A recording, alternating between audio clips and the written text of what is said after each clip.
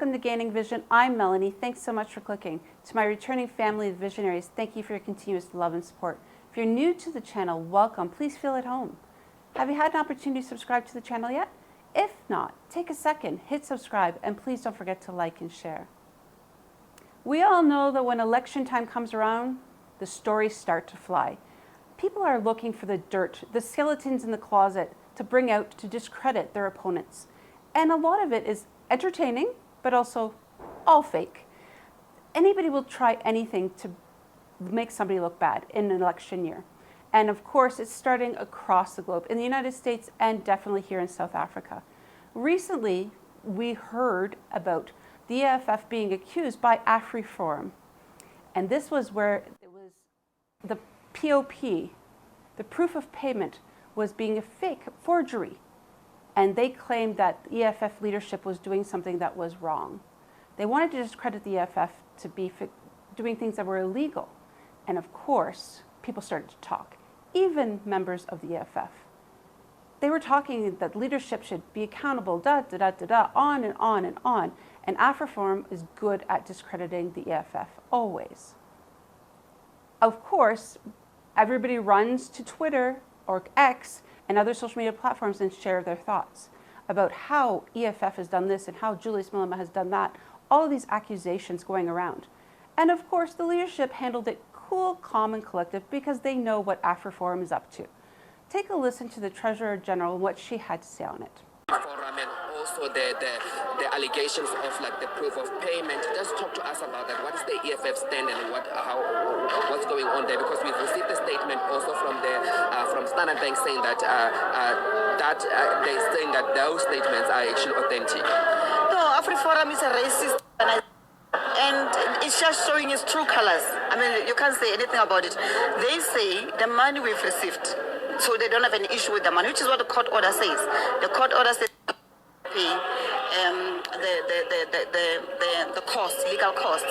We pay. They don't have a problem with that. They have a problem with the outdated board of directors that appears on the POP. Where do we feature? Where do I feature as the TG of the organization? Where does the EFF feature on the affairs of Standard? They ask Standard Bank, why are you not updating the board of directors? They come and say we doctored the POP. Why would we do that? They want to insinuate that we received money from somewhere else, which did not declare from with the IEC and all that. But all that, we are not shocked. It's a racist organization. It's showing its true colors. They don't believe that a black-owned political party can perform as good as we're performing. But I mean, it's a matter that is now in the hands of our lawyers. The lawyers must really go for them because they damaged our reputation. I mean, on social media, they were out there attacking the EFF. But also what is said is that your colleagues, journalists, none of them, when that thing was breaking, none of them asked them, okay, there's Exhibit A, which is the POP of the EFF. Where is Exhibit B, which is supposed to be the confirmation from the bank? They don't ask for confirmation from the bank. They just see a statement released by AfriForum and they believe a white man when a white man says a black person is corrupt. And then they were inundated with calls. Hey, explain here. What are you explaining? You've got our POP. Where is the confirmation from the bank that this thing is doctored? It's not there until our lawyers had to go and fight. And then Standard Bank, well, they came out to say it was not doctored. But we're not worried because, like, why? Why would we doctor a POP? Look at our POPs from as early as when I became the TG of this organization in 2019. Is the same. But even if it was not the same, is it my problem that Standard Bank does not update their own board of directors on the POP? Kikena guy, where do we enter as the EFF? So we're going to take them on. We're not going to leave them because we suffered a huge reputational damage. I'm told that even on Kaya FM, we're a topic on Kaya FM with Sizo Dlomo as the presenter. I've not seen that podcast. I've asked the national spokesperson to get that podcast for us. We want to show just how much damage we suffered as an organization because of a racist AfriForum. Thank you so much for speaking to us, man. As we started to peel back the layers of the story, of course, the Standard Bank came back and said, in fact, the proof of payment was legitimate and it was not forged. So, in fact, AfriForum was sharing lies, absolute lies. But yet, how quick people were to take the side of AfriForum. before I get to what Julius Malema had to say on this, I was reminded of one of the People's Manifesto meetings for professionals. There was a gentleman that stood up and spoke about AfriForum. And he spoke about the fact that whenever AfriForum speaks up against something the EFF has done to discredit the EFF, nobody says anything. Even with the VPS scandal, nobody said anything. Nobody took the side of EFF. And in fact, everybody stayed silent. He shared his thoughts. And let's take a listen to what he said. Yeah, my name is Taddeo-Nxumalo. I was involved in finance, in healthcare administration. I'm an attorney, etc., etc. So I've covered quite a few areas in my life. And standing here, it feels like 20, 30 years ago, we used to have meetings like this, and people used to say the same thing that is being said here today. And we haven't made progress. The question I have in my mind is, have we learned anything? Have these new organizations, and I'm not taking a dip at you guys who are forming organizations of engineers and this and that, but have you learned anything? Zwanele will know what I'm talking about. Have you learned anything? Unfortunately, political parties can only do so much. When AfriForum says we are opposing this bill, transformation bill, how many of you go and challenge AfriForum? All of you are waiting for the political parties to do it, and they will never do it. And the reason why they will not do it is not because they don't want to. It's because we operate, or political parties operate in a contested space. Okay. And I know this is what the DP is probably going to be talking about, I'm sorry. So I just thought I should touch on some of these things. But you see, when I was at Fort Hare, many years ago, we had a mass meeting. And somebody said, we must go and ban that Coca-Cola truck when it comes here. And some clever students stood up and said, you know what? You cannot buy what is not sold. And everybody was confused. And the point he was making was simple. We don't have to worry about banning the truck if we are not going to buy the Coca-Cola product. So as students, let's agree that we're not going to buy that product. So the truck will not come because the products will still be in the shelf. Now, why am I saying this? And by the way, I want to say congratulations to the leadership of the EFF for the work they've done and keeping the organization the way they've done. But in my analysis, there's something else that has kept the EFF the way it is, coherent, strong, and growing. It's their position on race. The fact that we have all black people here. We're all black and African. But wait until you have non-Africans coming here. You'll see what will happen to the EFF. It will begin to disintegrate. This is what's happening in the ANC.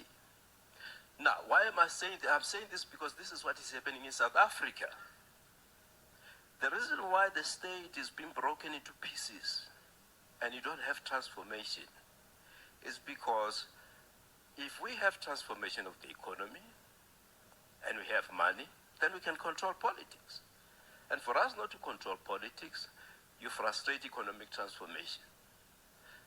Now, I'm sorry, I'm just throwing this.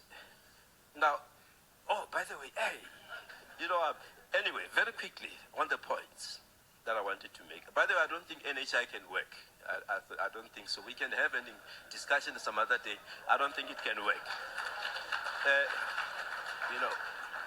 But I think what we must do is, and just quickly, my leader, just to indulge you on the points I was making.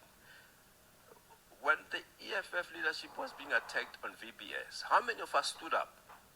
And I'll tell you why we needed to stand up. It was because the reason for killing, by the way, VBS was killed by the Reserve Bank. And nobody was held accountable at the Reserve Bank.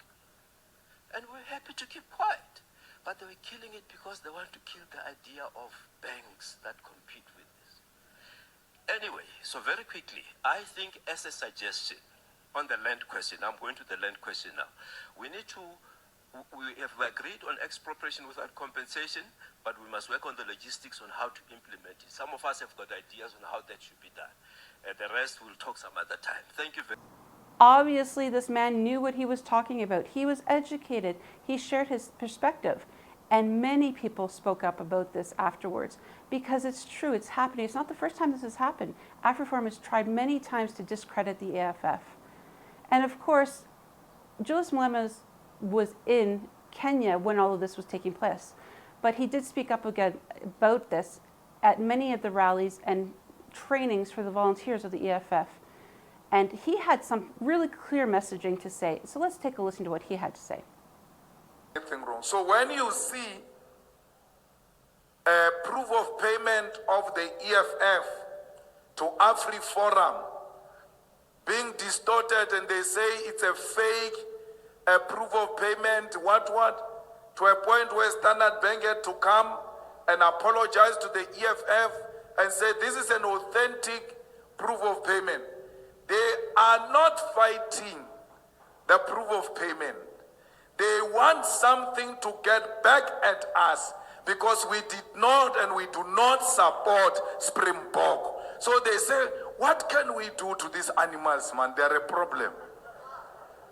Then they just come with a concocted thing because they did not like our posture on the Springbok.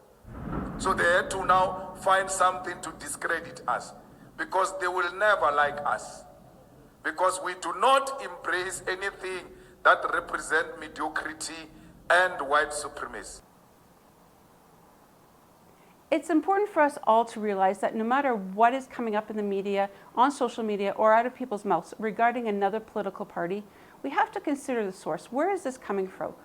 And not to jump quickly to agree or disagree, to wait to hear both sides of the perspective, to listen to the person that's sharing this story supposedly, as well as a person that they're accusing.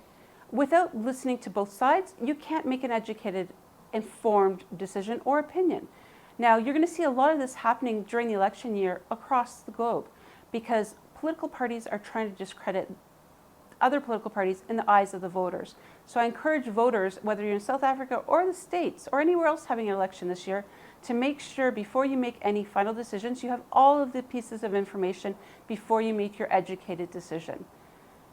It's interesting for me to watch how AfriForum continuously tries to discredit the EFF. Now we know AfriForum is made up of people who are white that have a lot of prejudice and bias against black people. And this is something that they're not comfortable with, having a political party that is made up of mainly black people coming and doing such good things on the ground. So of course they're afraid.